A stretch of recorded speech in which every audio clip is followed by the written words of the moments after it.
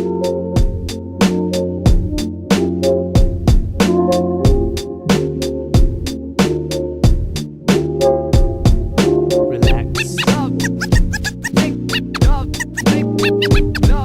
we go, part 2, so check me out. Once again, now where do I start? Dear love, I'm struck with the prologue to find you here every morning.